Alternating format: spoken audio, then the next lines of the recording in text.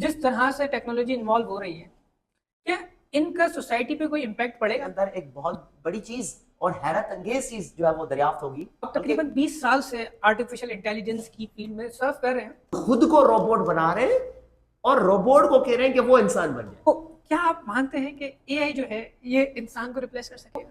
Artificial intelligence में ज़रा हमें ये क्लियरली बताइए कि कौन सी ऐसी एप्लीकेशंस हैं, ठीक है, जो कि आने वाले 10 सालों में बहुत ज़्यादा वर्क होने वाला है जिन एप्लीकेशंस पर या जिन डोमेन्स पर आर्टिफिशियल इंटेलिजेंस में।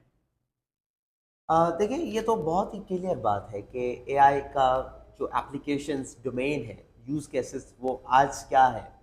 अगर हम ये देख लें कि आज क्या है तो हमें आने वाले वक्त का पता चल जाएगा। एग्जैक्टली, ठीक है, प्रेडिक्शंस हो जाएंगे ऐसे। प्रेडिक्शन हो जाएगी। आज देखें जो डेवलपमेंट हो रही है वो ज़्यादातर आपका हेल्थ केयर है। ठीक है। ठीक है। और उसके बाद हेल्थ केयर के बाद आपका हेल्थ केयर के, अगर मैं बल्कि बात करूं बीमारियों के हवाले से, तो early detection disease okay. Technologies पे काम हो रहा है कि अब ब्रीड कैंसर हो गया आपका।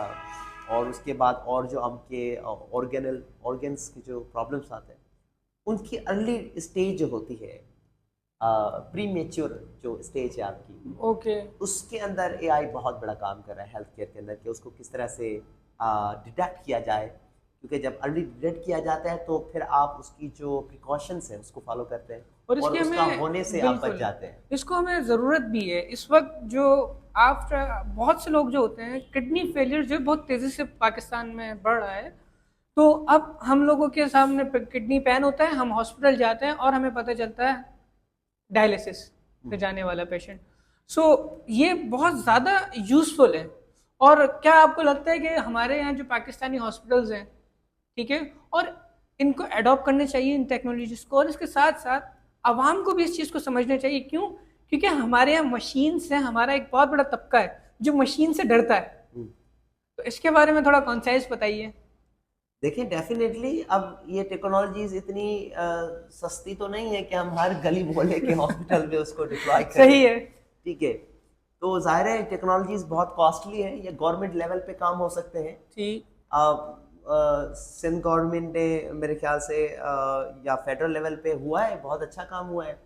आपकी जो मेडिकल हॉस्पिटल्स हैं ज़्यादातर वहाँ पे रोबोटिक सर्जरीज अब परफॉर्म होने लगी अच्छा। हैं। जी है। ठीक ठीक ठीक। तो डेफिनेटली गवर्नमेंट तो अपने एंड पे जो कर सकती है, डूइंग ग्रेट जॉब।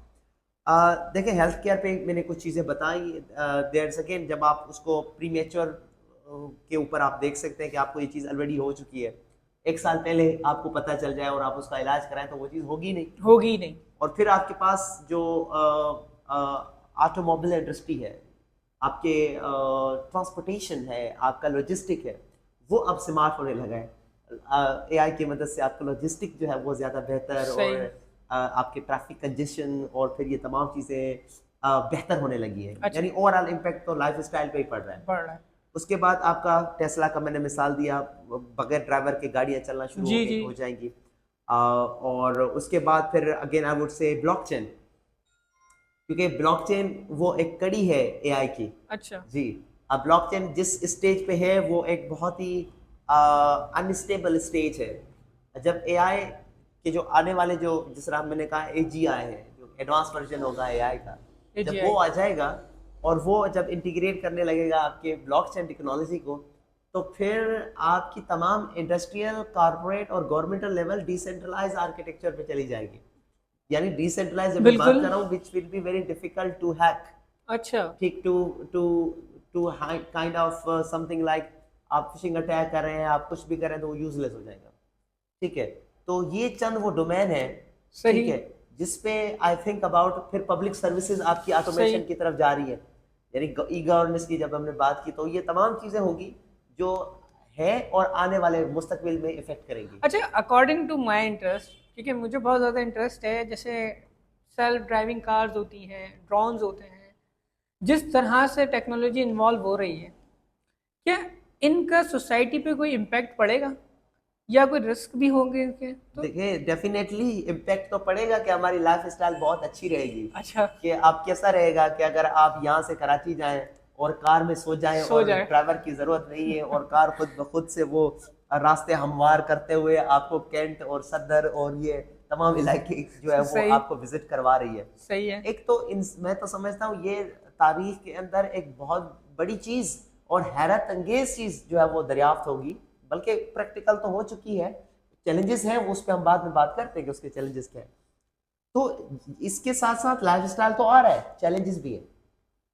अब चैलेंजेस इस तरह से हैं कि अगेन फिर वही बात आ जाएगी, आपका कंट्रोल। ओ कंट्रोल सबसे बड़ा अहम है, क्योंकि उसके अंदर हु इज कंट्रोलिंग आपकी वो डेटा सिंक्रोनाइज हो रही है, आपने सेंसर्स के ऊपर using IoT technology cloud synchronise हो रही है।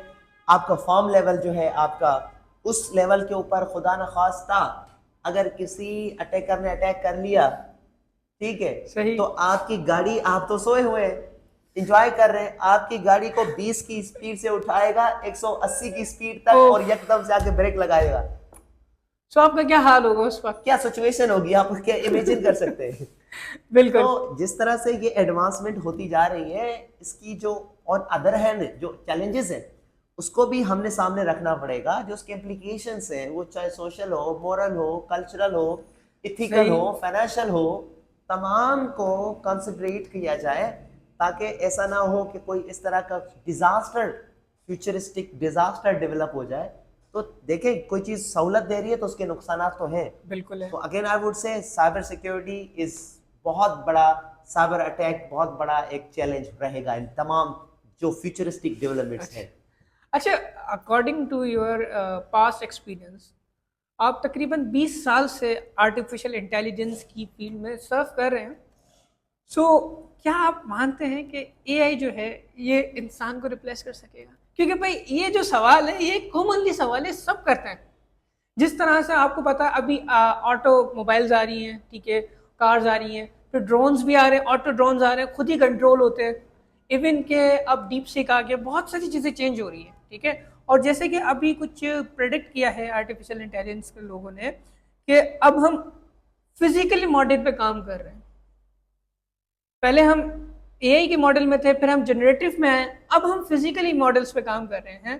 तो भाई मुझे तो डर लग रहा है कि यार मेरा कैरियर क्या है, खत्म होने वाला है, या एक प्रोग्रामर है क्या उसका कैरियर खत्म होने वाला है। इसके बारे में ब्रीफली थोड़ा डिस्क्राइब करें, बताएं हम लोगों को कि भाई हमारा कैरियर तो जिंदा है ना, या खत्म होने वाला है। देखिए, आपने जो क्वेश्चन किया है कि क्या एआई जॉब को रिप्लेस करेगा, एग्जैक्टली।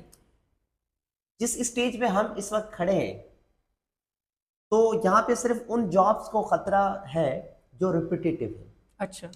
जो लूप के अंदर काम ठीक। करती है। रिपीटेटिव खास करके आपके कस्टमर सर्विस हो गई, लाइव चैटबॉट आपके आ गया, वो तो खत्म हो चुके हैं अभी भी। आपने एआई बेस्ड चैटबॉट बना दिया, वो आपकी हर क्यूरी को रिस्पॉन्स कर रहा है। एग्जैक्टली। ठीक है, तो कस्टमर सर्विस की इंडस्ट्री को एक बहुत बड़ा धचका लगा है। कंटेंट राइटिंग के ऊपर, आपकी वीडियोग्राफी के ऊपर, और उसके अलावा आपकी फोटोग्राफी के ऊपर, ये तमाम जो है, यानी ऐसी चीजें जो रिपीटेटिव है, अच्छा। जिसपे करने के अंदर इंसान की जो जो क्रिएटिविटी है या प्रॉब्लम सॉल्विंग कैपेबिलिटीज बिल्कुल। वो इन्वॉल्व नहीं है, ऐसा टास्क है, तो वो तो अभी जा चुका है। ठीक है, अब प्रोग्रामिंग की बात की आपने, देखिए प्रोग्रामिंग की जो बात आपने की है, ये एक लॉजिकल और प्रॉब्लम सॉल्विंग है। आप अगर एआई से अगर कोई लॉगिन फॉर्म बनवा रहे हो, जी। साइन अप फॉर्म बनवा रहे हो, ये इसको हम कोडिंग नहीं कहेंगे ना। कोडिंग ये होगा कि आप पूरे एक सॉफ्टवेयर के को आर्किटेक्चर के तौर पे आप देखें, उसको पूरा आर्किटेक्ट करें। तो ये वो चीज होती है जिसके अंदर एआई की इस वक्त की जो कैपेबिलिटीज हैं वो is beyond the its capacity. लेकिन जो आपने सवाल आपने पूछा कि एआई रिप्लेस करेगा, बिल्कुल करेगा, 100% करेगा, लेकिन इस वक्त नहीं करेगा। अच्छा। आने वाले 20 से 25 साल लगेंगे जब हम एआई का वो उरूज देखेंगे। सही। उरूज अभी शुरुआत है, ठीक है। वो उरूज देखेंगे। अच्छा, हो क्या रहा है? हो ये रहा है कि हम खुद को रोबोट बना रहे हैं और रोबोट को कह रहे हैं कि वो इंसान बन जाए। यानी हम चुप करके बैठ जाएं, कहीं स्टक हो जाएं किसी चीज पे, हमारे तमाम काम जो है वो मशीन करे, वो रोबोट करे। और ये याद रखिएगा मेरी बात, आने वाले दौर में ये जो टेक्नोलॉजिस्ट है, ये जो कैपिटलिस्ट है, इन लोगों का यही रवैया है और यही ख्याल है कि एक वो दिन आए जब हम एक इंसान के सामने एक दूसरा इंसान खड़ा करें। असल में अल्लाह ने इंसान को बनाया, और इंसान ने इस तरह की चीजों को पैदा कर दिया जो कि बहुत हैरत गुन है। क्या होगा जब एक इंसान के सामने एक दूसरा इंसान खड़ा होगा और उसका दिमाग चैट जीपीटी होगा। जी, ये जो चैट जीपीटी आपको आज इस वेब ऐप और मोबाइल ऐप के अंदर शक्ल के तौर पे नजर आ रहा है, कल को जो ह्यूमनॉइड रोबोट बनाए जाएंगे जो इंसान के साथ मुकाबला करने के लिए होंगे, उनका दिमाग ही चैट जीपीटी है। ओके। तो आप मुझे बताएं कि आप, मैं या कोई और आम बंदा, क्या चैट जीपीटी के पास जो बिलियंस ऑफ पैरामीटर्स, इतनी बड़ा नॉलेज बेस है, क्या हम उसके साथ मुकाबला कर सकेंगे? फिलहाल तो नहीं है, फिलहाल ऐसा कोई Possible नहीं है कॉम्पिटिटर ना? है ही नहीं, पॉसिबल ही नहीं है। पॉसिबिलिटी नहीं है। Possibilities देखो, नहीं आपकी स्पेशलाइजेशन किसी एक स्पेसिफिक डोमेन में है ना। Exactly. मैं डॉक्टर नहीं हूं, मैं डॉक्टर नहीं हूं, मैं न्यूरो सर्जन भी नहीं हूं, मैं एक ब्यूरोक्रेट भी नहीं हूं, पॉलिसी मेकर। तो हर इंसान की अपनी एक लिमिटेड कैपेसिटी है जिस पे वो अपनी जिंदगी गुजारता है और अपनी स्पेशलाइजेशन करता है। चैट जीपीटी ने क्या किया है, एक इतना एक्सपर्ट सिस्टम डेवलप किया कि पूरी दुनिया की नॉलेज को इकट्ठा करके एक सब्स्टिट्यूट बना दिया है। तो सोचो, जब ये खड़ा हो जाएगा इंसान के मुकाबले में, तो इंसान को क्रश कर देगा। एग्जैक्टली। ये आने वाले वक्त की बात कर रहा हूं, ठीक है, ये दुनियावी लेवल पे बात कर रहा हूं। पाकिस्तान के लिए मैं ये बात करूंगा कि सबसे पहले तो आपने घबराना नहीं है। ठीक है, सबसे पहले आपने घबराना नहीं है। जो भी चीज कर रहे हैं वो आप टेक साइड पे करते रहे। अगर आप टेक्नोलॉजी से वाबस्ता है, कोशिश करें कि वो काम जो अब एब्सोल्यूट हो चुके हैं या वो जो रिपीटेटिव टास्क है उससे अवॉइड करें, क्योंकि वो तो जा चुके हैं और मुस्तकबिल में उनका कोई काम नहीं है। फॉर एग्जाम्पल, अगर एक स्टूडेंट है जो कि अभी CS IT सॉफ्टवेयर करने का सोच रहा है, उसके लिए क्या पैगाम होगा कि भाई वो तो फील्ड में आने से पहले ही डर रहा है कि यार मेरी तो जगह ही नहीं है। सो वो किस तरह से अपने आप को प्रिपेयर कर सकते हैं इन चीज़ों के लिए? क्योंकि एज अ फ्रेशर जो हमसे स्टूडेंट्स हैं वो सवाल करते हैं कि सर मैं कैसे कॉम्पीट कर सकूंगा AI के दौर में। तो उनके बारे में थोड़ा हमें बताइए कि उन्हें क्या करना चाहिए अपने फर्स्ट ईयर के साथ, ताकि वो अपने आप को AI के साथ जोड़ सके और उसके साथ चल सके। देखिए, अगर वो बंदा डर रहा है, वो बंदा जो इन चीजों को क्रिएट करने वाला है, okay, absolutely we are the creator ना। चैट जीपीटी हम जैसे लोगों ने बनाया ना, आप जैसे लोगों ने। तो उस बंदे के बारे में क्या ख्याल है जो BBA कर रहा है, okay. जो MBA कर रहा है बेचारा, जो HR तो अब सारा ऑटोमेट हो गया है ना जी, तो उसके बारे में फिर क्या ख्याल है? फिर आपको चले, फिर आपका सोशियोलॉजी, एंथ्रोपोलॉजी, पब्लिक एडमिनिस्ट्रेशन, ये सारी चीजें एक प्रॉम्प्ट पे आ जाती हैं। उनके बारे में क्या ख्याल है? क्योंकि हमसे ज्यादा वल्नरेबल तो वो है। हमें किस चीज की परेशानी है? क्योंकि हम ही तो वो लोग होंगे जो इन चीजों को क्रिएट करेंगे। ओके। सो ऐसा, मैं आपकी इस बात को समझ सकता हूँ, इंडोर्स करता हूँ इस बात को कि लोगों के अंदर ये खौफ है, लेकिन ऐसा बंदा जो इस CS IT computer system, information security, cyber security से वाबस्ता है, वो तो खुश होना चाहिए। अच्छा, क्योंकि कल वो इंसान वो काम करेगा। ये रोबोट्स कौन बनाएगा? ये स्मार्ट एक्सपर्ट सिस्टम, ये क्लाउड कंप्यूटिंग में, ये मशीन लर्निंग, ये बिजनेस इंटेलिजेंस। आपकी AI अगर 100 में से 30 जॉब एब्सोल्यूट कर रही है, 30, तो 70 जॉब तो प्रोड्यूस भी करेंगी ना। बिल्कुल जाहिर सी बात है। तो टेक्नोलॉजी ऐसा थोड़ी है कि एक जॉब चली गई तो फिर नहीं। एक जॉब अगर जा रही है तो उससे हजारों लाखों ज्यादा जॉब्स क्रिएट हो रही है। मिसाल के तौर पे, जब YouTube नहीं था तो लोग टीवी चैनल्स में काम करते थे। बिल्कुल ऐसा ही। ठीक है, जब से YouTube आया लोगों ने कहा कि जी अब तो हमारे चैनल 5 मिनट में फायर कर देंगे। तो अब वो जो टीवी पे काम करते थे एंकर, वो जो एक्स अमाउंट ले रहे थे, ठीक है, वट एवर इज, आज वो 10x 20x ज्यादा यूट्यूब से अर्न कर रहे हैं। बिल्कुल ऐसा ही है। समझ रहे हैं आप फूड पैंडा को देख लें। फूड पैंडा की वजह से कोविड के दौर में क्या हुआ? अगर ये फूड पैंडा या इस तरह की जो स्मार्ट किचन, क्लाउड किचन हमारे पास है, इस तरह की सर्विसेज नहीं होती, या हमारे पास अपना इन ड्राइव है, उबर है, करीम है, ये देखिए ये तमाम चीजें क्या कर रही है? जॉब्स प्रोड्यूस कर रही है। एग्जैक्टली। ये आपका उबर और करीम और ये जो तमाम चीजें, ये टेक्नोलॉजीज में आ रहे हैं। तो टेक्नोलॉजी ये गारंटीड है, अगर 30 जॉब्स खत्म करेगी तो 70 जनरेट भी करेगी। So as a CS, as a IT, you have to be congratulate yourself, your family, कि आपका फ्यूचर ही तो सेफ है। ओके, सो यहाँ मैं अपने CS, IT और सॉफ्टवेयर वाले और इवन के AI वाले स्टूडेंट्स को यही कहूँगा कि भाई आपने सबसे पहले घबराना नहीं है सर के हिसाब से, और अपनी फील्ड में लगे रहना है। आपकी जो क्लासेस चल रही हैं, आपके जो सेमेस्टर वाइज जो आपकी एजुकेशन है, उनमें एक्सपर्टीज हासिल करते रहें, ताकि वक्त के साथ साथ जो टेक्नोलॉजीज आएँ उनमें आप पिकअप कर सकें। ठीक है, क्योंकि जो AI है वो इन तमाम फील्ड्स को लेकर ही तो चल रही है ना। तो आपको जो बेसिक्स नॉलेज होंगी, आपको उनकी एक्टिविटीज़ पता होंगी, तो आप इजीली उनके साथ पार्टिसिपेट कर सकते हैं और आप AI का पार्ट बन सकते हैं। अगेन ये बहुत आपने अहम बात की कि आप जो सबसे अहम चीज़ है हैंड्स ऑन प्रैक्टिकल करें।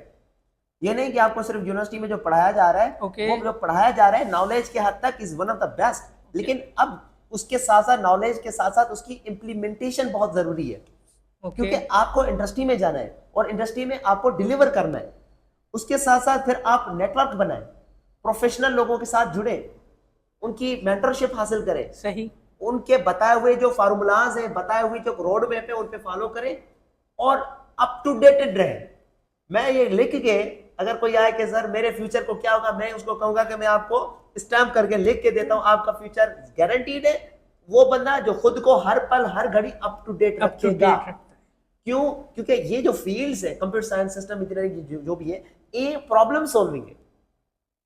क्योंकि जो प्रॉब्लम सॉल्विंग है उसमें आपकी कॉग्निटिव एबिलिटी, उसमें आपकी प्रॉब्लम सॉल्विंग कैपेबिलिटीज है, जो कि beyond the scope of AI है अभी। तो डोंट वरी, बी अपडेटेड, जो ट्रेंड चल रहा है उस हिसाब से चलो। परफेक्ट है। सर जैसे हमने डिस्कशन की कि भाई स्टूडेंट है, तो स्टूडेंट्स एक वक्त आता है फाइनल ईयर के बाद एक इंडस्ट्री में भी जाता है। तो कुछ इंडस्ट्रियल और करियर बेस्ड क्वेश्चंस हमारे पास हैं आपके लिए, जिनमें सबसे पहले है कि अगर साइबर सिक्योरिटी या आर्टिफिशियल इंटेलिजेंस जैसी फील्ड्स के अंदर एक स्टूडेंट या बिगनर इंटर होना चाहता है, तो उसको स्टार्ट कहाँ से लेना चाहिए सर? सबसे पहले तो आप डोमेन डिसाइड करेंगे कि जाना कहाँ है। ठीक है। ऐसा तो नहीं हो सकता ना कि आप एज अ स्टूडेंट, ठीक है, आप मैं बात कर रहा हूँ, अगर रिसर्च स्कॉलर है तो आपको मल्टी डोमेन होना बहुत इंपॉर्टेंट हो जाता है कि आपको हर पहलू से देखना होता है। अगर आप एक स्पेसिफिक रहेंगे एज अ स्टूडेंट के तौर पे, तो फिर डिसाइड करें जाना कहाँ है। लेट्स सपोज अगर आप जाना चाहते हैं साइबर सिक्योरिटी के लिए, तो इसमें सबसे पहली सर्टिफिकेशन आती है कॉम्टिया या कॉम्टिशिया जो बोलते हैं आप, इसे शॉर्ट फॉर्म है, इसे COMPTIA+। ओके, इसको हम इंशाल्लाह डिस्क्रिप्शन में लिंक भी दे देंगे आपको, जाके आप इसकी सर्टिफिकेशन होती है, सर्टिफिकेशन ले सकते हैं। ठीक है।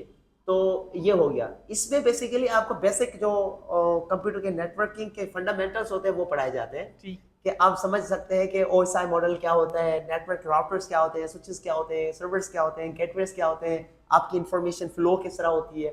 यानी बेसिक जो मैं समझूंगा आपकी जो अवलीन तरजीह होनी चाहिए एज अ साइबर सिक्योरिटी के रोड मैप के लिए, तो ये जो पहली सर्टिफिकेशन है मैंने आपको बताया वो।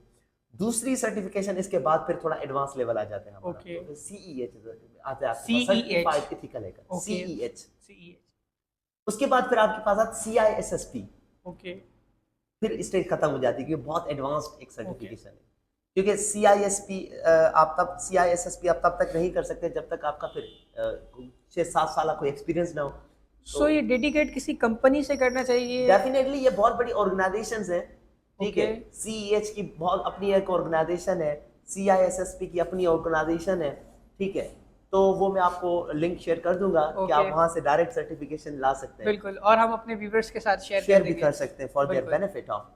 ये हो गया आपका सर्टिफिकेशंस। ओके। उसके साथ साथ फिर मैं आपको कहूंगा कि आपके पास एक डिग्री होना भी जरूरी है, ठीक है। तो रिगार्डिंग आप कंप्यूटर साइंस कर रहे हैं, सॉफ्टवेयर इंजीनियरिंग, IT कर रहे हैं, तो इससे वाबस्ता अगर आप ये सर्टिफिकेशंस भी कर लेते हैं तो आप यूनिक बन जाते हैं, स्टैंड आउट करते हैं आप कंपटीशन में। डेफिनेटली, क्योंकि कहते हैं 4 चांद लग जाते हैं आपको, 4 चांद लग जाएंगे, यूनिक आप बन जाएंगे।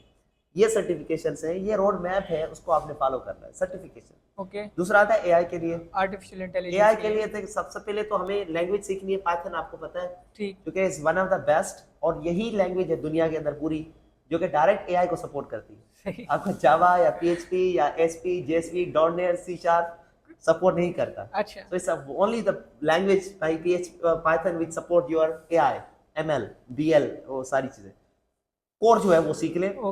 फिर उसके बाद फिर नेक्स्ट आपके पास आता है कि आप कुछ लाइब्रेरीज की तरफ भी थोड़ा तवज्जो करें। कंप्यूटर विजन की ओपन सीवी लाइब्रेरी है, फिर टेंसरफ्लो है आपके पास, उस पर आप जरा जाए, फिर आपके पास नमपाई है, फिर आपके पास मैटप्लॉटलिब है, उसके साथ फिर आपके पास डिफरेंट लाइब्रेरीज और भी आ जाती हैं। आप फिर मशीन लर्निंग को, सुपरवाइज लर्निंग क्या होता है, अनसुपरवाइज लर्निंग, अनसुपरवाइज्ड। उसको आप सीखना शुरू करें। मशीन लर्निंग के बाद फिर आप जो है अगेन डीप लर्निंग की तरफ जाएं। तो ये तमाम पहलू हैं जिसमें आप जाना चाहते हैं, जा सकते हैं। लेकिन एक बात याद रखनी चाहिए कि एआई भी एक बहुत बड़ी दुनिया है कि बिल्कुल। उसमें भी आप क्या करेंगे।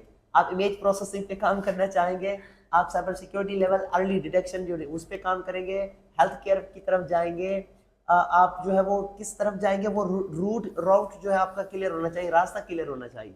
ओके। क्योंकि AI itself is a world, so be specific उसमें आपको किस में रोड मैप करना है, क्योंकि हर किस्म के डोमेन के लिए अलग से आपके लिए लाइब्रेरीज पड़ी है, ओके।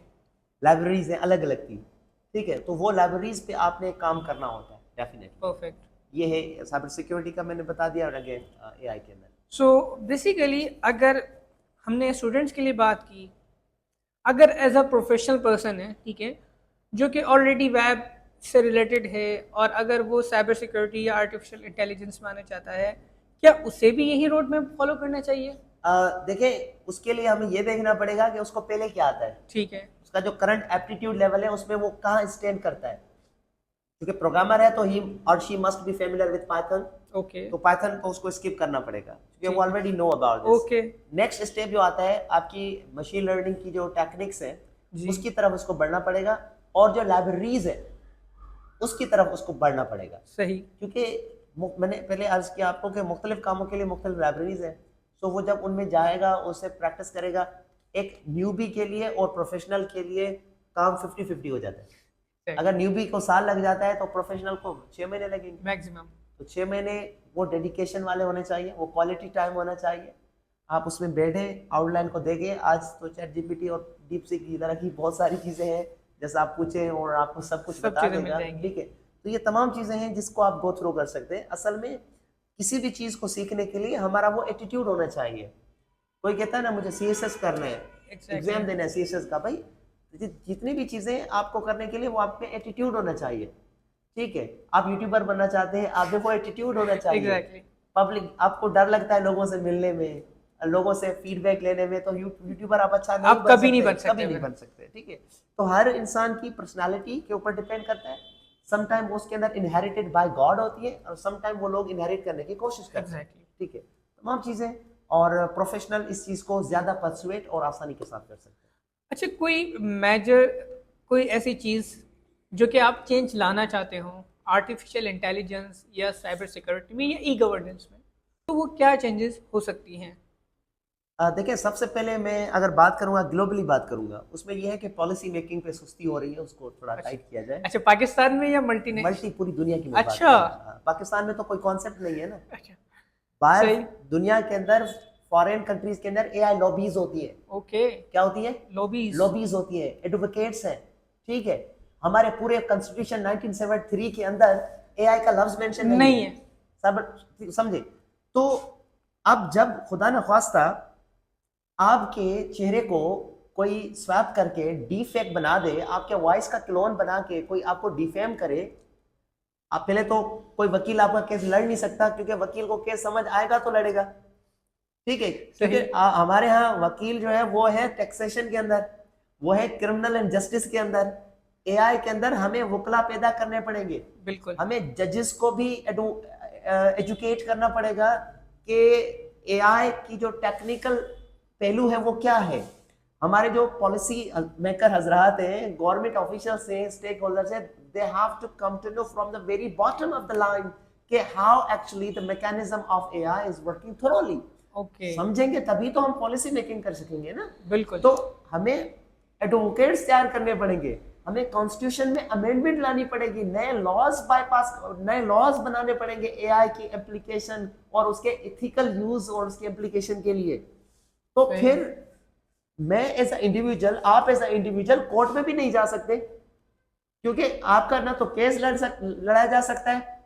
हाँ बिल्कुल, क्योंकि हमारे पास कोई ऐसी कॉन्स्टिट्यूशन ही नहीं है। कॉन्स्टिट्यूशन नहीं है, कोई पॉलिसी फ्रेमवर्क नहीं है ना। बिल्कुल। तो पाकिस्तान के लिए सबसे अहम चीज मैं ये कहूंगा कि उसकी पॉलिसी बहुत जल्द बनानी पड़े, ठीक है, जिस तरह फॉरेन के अंदर जो डेवलप्ड कंट्रीज है वो एआई लॉबीज है, वहाँ पे आप अगर कहीं फंस जाते हैं तो वहाँ पे कोर्ट इस्टेब्लिश्ड है, वहाँ की एक क्रिएटेड एक कॉन्स्टिट्यूशन है, तो वो आपको प्रोटेक्ट कर सकता है। Perfect. हमारे यहाँ इस तरह का कोई भी नहीं है। रोजाना फेसबुक पे आप देखते हैं कोई किसी की तस्वीर को कैसे बिगाड़ के Exactly. किसी का वीडियो बना के उसको डिफेम कर रहा है। It's unethical. मैं पहले भी इस पे बात कर चुका हूँ। इस पे बहुत सख्त एक्शन लेना चाहिए और इसके लिए नए कवानीन और नए शरारत ज़वाबित लाने चाहिए और इसकी अशद ज़रूरत है। बिल्कुल। ग्लोबली अगेन पॉलिसी मेकिंग पे बहुत सुस्ती है, ठीक है।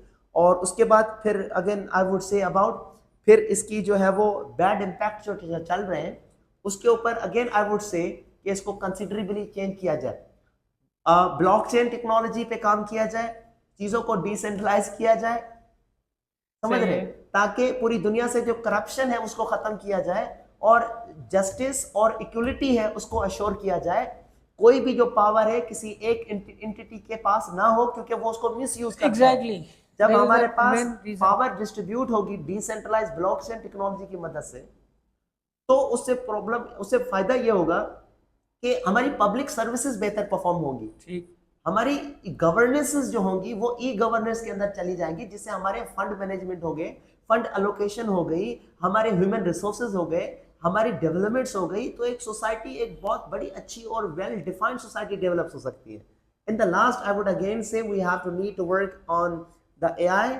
It's especially emerging, creating a very huge impact for society, blockchain technology, and again considering the cyber security. Okay, तो thank you very much sir कि आपसे आज पॉडकास्ट किया हमने और आपके साथ मीटिंग हुई, बहुत सारे डिफरेंट अमूर्स पर बात हुई, बहुत अच्छा लगा आपसे बात करके और आपकी जो एबिलिटीज़ हमारे सामने आई। तो once again thank you sir कि आपने हमें टाइम दिया Thank you और so much. हमें तमाम चीज़ों के बारे में बात। Thank thank you. You, nice to meet you sir.